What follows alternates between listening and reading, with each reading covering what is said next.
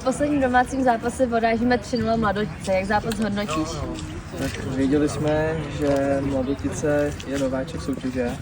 A zároveň jsme čekali samozřejmě, že nám to nedají zadarmo, ale chtěli jsme potvrdit, že jsme právě na prvním místě a myslím si, že se nám to povedlo. Takže rozhodli jsme už v prvním poločase 2 góly a v tom druhém tak už jsme to jen dohráli. Ty si právě vsítil ten vítězný první gól. Jak hodnotíš? A musím říct, že mám trošku smíšený pocity. Měl jsem radost samozřejmě, že jsem dal gól, ale je to po dlouhé době, takže už jsem zapomněl, jaký to je. Ale samozřejmě mám radost toho. Jsem rád, že jsem zrovna já rozhodl zápas. Jak se ti hrálo na tom trávníku? Je docela podmáčený. Trhal se. Trhal se, klouzalo to trošku, ty míče odskakovaly, pokaždý ten odskok byl trošku jiný, ale bylo to stejný jak pro nás, tak pro soupeře, takže bylo to příjemný, nebylo to úplně kvalitní utkání, ale myslím si, že jsme to zvládli tak. Teď je jasné, že přezimujeme na prvním místě. Jaké máš pocity z toho?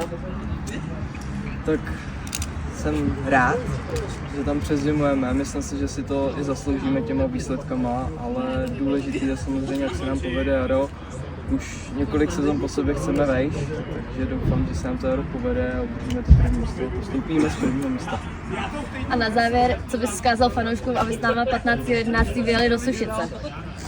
Určitě budeme rádi, když fanoušci dorazí v co největším počtu a určitě si užijeme jak zápas, tak potom cestu domů a následně do Kopnu. Dík za rozhovor.